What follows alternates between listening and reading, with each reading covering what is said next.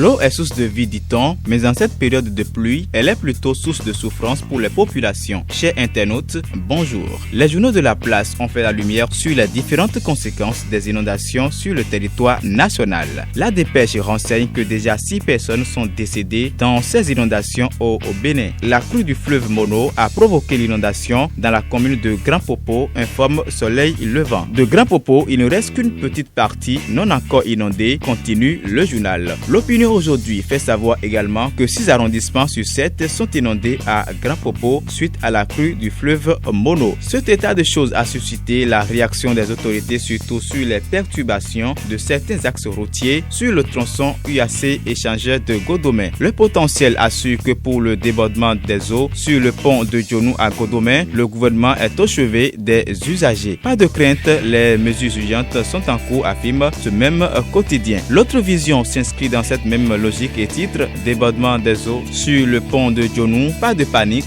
le gouvernement de la rupture veille au grain ». Le Soleil Bénin Info mentionne que le ministre des Transports Romain rassure les usagers des mesures du gouvernement. La Libération parle aussi de l'état du pont de Djonou à Godomè. Après les pluies diluviennes, la stabilité du pont n'est pas menacée. Le gouvernement rassure et prend des mesures idoines. Cette proactivité du gouvernement face à la situation est saluée par le quotidien L'actualité et à la boussole de remarquer que cette prompte réaction est la preuve que Romain veille au grain sur l'arsenal routier de notre pays. Le séjour du président Patrice Talon hors des terres béninoises se poursuit. Fraternité publique après le Japon, Talon est à Sochi ce jour pour le sommet Russie-Afrique. Nord-Sud Quotidien annonce quant à lui la visite de Talon au Japon. Il ressort qu'une usine de textile sera bientôt construite à Semekodi. Soleil Levant relaie la même information. Offensive diplomatique du chef de l'État au Japon, Patrice Talon discute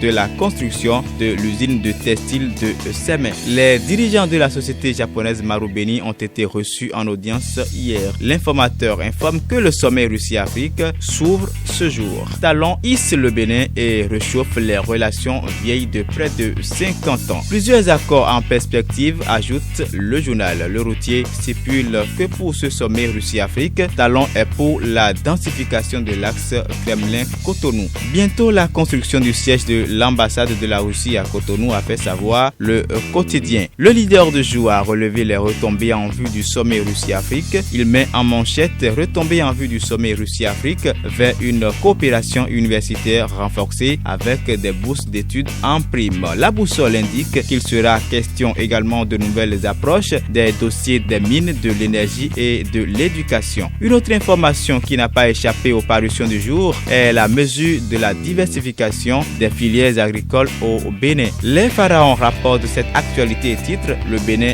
vise une production de 2 millions de tonnes de riz dès 2022 ». Le Soleil Bénin Info confirme l'information « Production d'1 million de tonnes de riz d'ici 2022 », un défi que le Bénin se lance pour le bonheur des Béninois. Et à la Libération de souligner que le Bénin dispose de tous les atouts pour faire de ce rêve bientôt une réalité en 2022. Et c'est sur cette information que se referme cette revue de presse. Rendez-vous demain pour de nouvelles informations.